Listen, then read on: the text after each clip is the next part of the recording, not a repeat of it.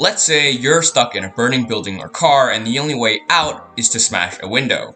Or you might need to smash one of those fire extinguisher boxes open. Or even more likely, you're about to commit a crime. You have one goal you need to get to, whether it be getting away from danger, getting the fire extinguisher, or getting someone else's purse. And the only thing between you and your goal? Well, a window. Easy, you think? Windows are made out of glass, and glass is as fragile as, well, glass. So, let's punch that baby to pieces, right? Wrong. That's the thought process of every idiot who ended up with one of their limbs stuck in a jagged hole they made in a pane of glass and ended up cutting every blood vessel in their body and putting themselves in excruciating pain. Let's avoid that embarrassment. Here's how you actually break a window without turning into a bloody mess. Glass is deceptively resistant. The only reason why windows break so easily isn't because glass is fragile, but rather because the window is so thin and brittle. A solid cube of glass is almost as hard as rock. Imagine if all your windows, instead of being made out of glass, were made out of wood. With how thin they are, even if you barely pushed on one, it would give way. Yet, the glass is strong enough that you can confidently lean on most windows without worrying about it breaking. Now, of course, glass is also very brittle, so if you put enough force into a small enough area, instead of punching a hole through the window, you'll shatter the entire thing. But being very brittle also means you're often very hard, and windows are hard enough that if you try to punch one, you might end up breaking a bit more than just some glass. Breaking a window with your own body is going to cause a lot of pain, so it's best to try and break a window with something that doesn't feel any. The best way to break a window is undoubtedly with a metal rod. Swinging it concentrates enough force into a small enough area that it ensures the window will shatter, and hopefully your rod is long enough that shards don't go straight flying into your eyes. However, not everyone has a metal rod on them at all times, so we need other options, and oftentimes common items such as rocks and sticks will do just fine. Just chuck a rock at it or hit it with a stick and the glass will probably break. But keep in mind that when it comes to trying to break a window with wood, you need to make sure that your stick is hard enough.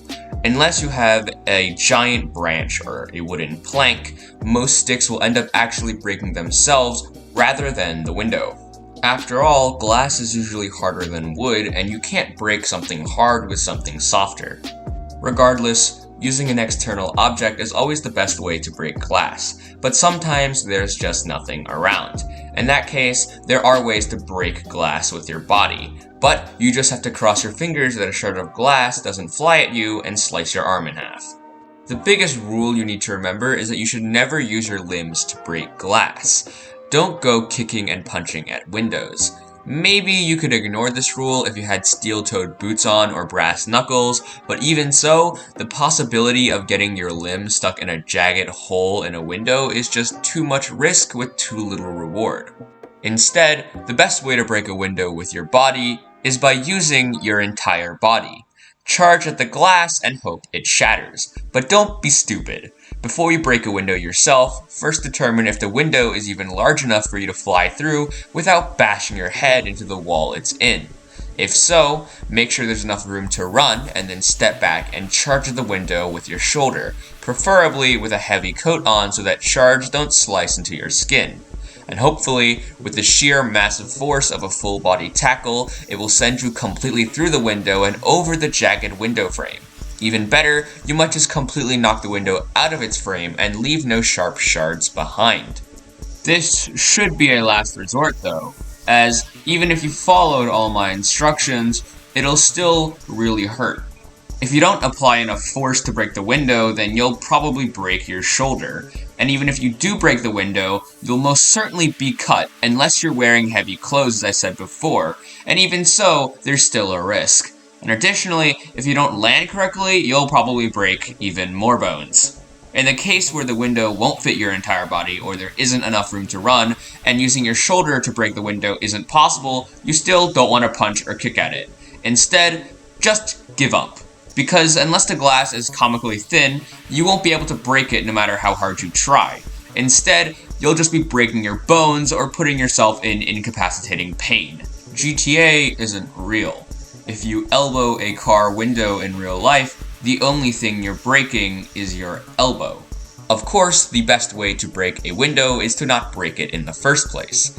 Try to find a different way of achieving your goal. Regardless of how you break a window, it's always going to cause a lot of noise, and the window will stay broken, providing evidence of your presence. And even if stealth doesn't matter to you, and instead of breaking into something illegally, you're breaking out of something to save your own life, breaking a window should still be a last resort.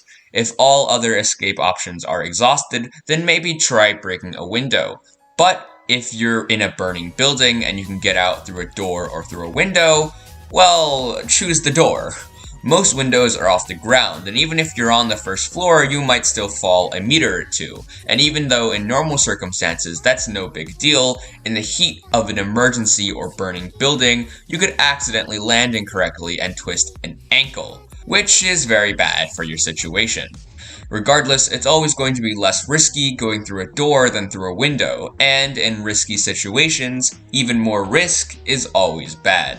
Anyways, try to avoid breaking windows, but if you have to, that's how.